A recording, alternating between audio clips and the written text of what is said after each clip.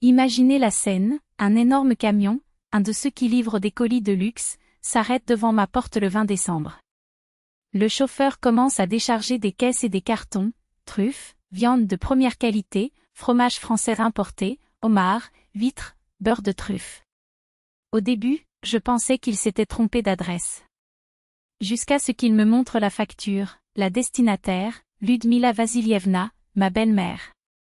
Valeur totale? 130 000 reais. Non, ce n'était pas une erreur. Ma belle-mère avait passé commande de livraison gourmande à notre adresse, et désormais tout était là, sur mon trottoir, comme si c'était la chose la plus naturelle du monde. Où veux-tu qu'on décharge? A demandé le chauffeur, alors que j'essayais encore d'analyser la liste, caviar, foie gras, viande persillée, homard vivant. Tout va bien, a-t-il confirmé. Qui a payé? Je n'en avais aucune idée, je savais juste que l'adresse était correcte. C'est alors que Ludmila Vasilievna est apparue, comme si elle avait été alertée par un sixième sens, avec un sourire satisfait sur le visage. C'est enfin là. S'est-il exclamé, rayonnant. Svetlana, aide-moi à rentrer ça à l'intérieur. C'est tout pour le dîner du réveillon du Nouvel An. Quel dîner de réveillon? Ai-je demandé, toujours abasourdi. Le nôtre, bien sûr. Célébrons comme des rois. Répondit-elle, comme si c'était évident. Mais qui a payé tout ça? J'ai insisté. Elle m'a regardé comme si la question était absurde. Tu as payé? Eh bien, vous, bien sûr. N'est-ce pas votre carte que j'ai demandée? Mon sang s'est glacé. Ma carte? Oui, celui qu'Igor t'a donné. Il a dit que c'était la carte familiale, donc on pouvait l'utiliser sans souci. Elle a ri, comme s'il s'agissait d'une plaisanterie inoffensive.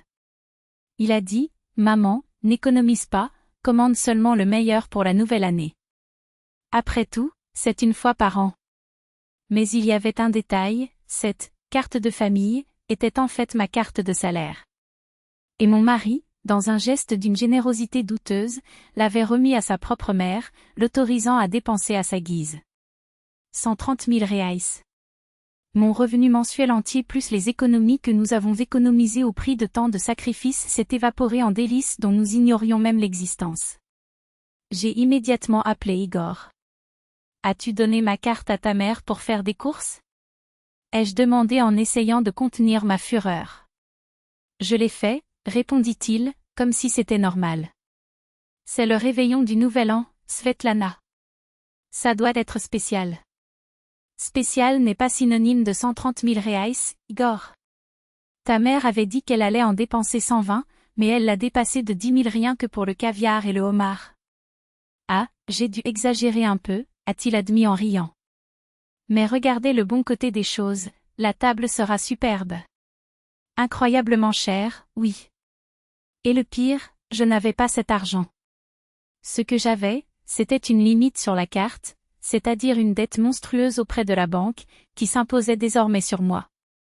Pendant ce temps, Ludmila Vasilievna supervisait la disposition des produits comme un général en campagne. Caviar au réfrigérateur. Homard au congélateur. Truffes dans un endroit séparé. Le tout avec le soin de ceux qui manipulent les bijoux. Mais pourquoi tant de choses, Ludmila Vasilievna? Ai-je demandé, découragée. On peut préparer un bon dîner avec beaucoup moins. Décent? Répéta-t-elle avec dédain. Le réveillon se fait avec style, pas avec n'importe quoi. Du foie gras pour 12 000? Bien sûr. C'est une date spéciale. Et il ajouta, comme s'il s'agissait d'un décret, la qualité n'a pas de prix. Oui, il l'a fait. Et ce prix, dans ce cas, sortirait de ma poche. Mais 4 personnes ne pourront pas gérer tout ça. J'ai argumenté. Alors il y en a plein, répondit-elle avec pragmatisme. Mieux vaut avoir des restes que pas assez. Et comme ça, nous n'aurons pas besoin d'aller au marché le mois prochain. Autrement dit, le plan était de vivre de gourmandises pendant 30 jours, à mes frais. Lorsque tout a finalement été rangé, notre réfrigérateur et notre congélateur étaient remplis jusqu'à la dernière étagère. Il n'y avait même pas de place pour les produits de base, lait, pain, œufs. Pourquoi? Après tout, nous avions désormais du foie gras au petit déjeuner. La nuit, Igor est arrivé à la maison et a failli s'effondrer lorsqu'il a vu la quantité de nourriture. « Maman, c'est quoi tout ça? » demanda-t-il, incrédule. « Notre dîner de réveillon du Nouvel An. » répondit-elle fièrement. « Regardez comme c'est beau. J'ai dit d'acheter quelque chose, pas du stock d'un restaurant 5 étoiles. » S'est-il plaint, réalisant enfin l'étendue des dégâts. « Je n'ai acheté que ce dont j'avais besoin, » a répondu Ludmila Vassilievna, comme si les truffes et les homards étaient des produits de première nécessité. « Vous l'avez dit vous-même, pas d'économie. » Ainsi, entre une assiette de viande persillée et une coupe de champagne coûtant 5000 reais la bouteille, nous avons passé le réveillon du Nouvel An. Ludmila Vassilievna savourait chaque bouchée, tandis que je calculais mentalement combien de temps il me faudrait travailler pour payer ce banquet. « Je n'ai jamais rien mangé d'aussi bon. » soupira-t-elle, entre une gorgée et une autre. « C'est ainsi que tu vis, ma fille, sans ménager tes efforts. » Dans ce cas, mes efforts. En 2 semaines, les gourmandises avaient disparu. Ludmila Vassilievna regardait le réfrigérateur vide avec une véritable tristesse. Quel dommage! C'était si bon, se lamenta-t-il. Peut-être pouvons-nous faire une autre demande? Nous ne le ferons pas, répondis-je sèchement. Il n'y a plus d'argent. Vous avez une dette astronomique à payer. Mais qu'en est-il de la qualité de vie? A-t-elle demandé, comme s'il s'agissait d'une injustice. La qualité de vie se paie avec notre argent, pas avec des prêts, ai-je expliqué. Ces 130 000 reais se sont transformés en une dette qu'il nous a fallu 1 an et demi pour rembourser. Pendant ce temps, Ludmila Vassilievna soupirait parfois avec nostalgie. Oh, comme c'était bon! Les homards, le caviar. Qui sait, peut-être qu'on recommencera au Nouvel An prochain? Nous n'allions pas le répéter.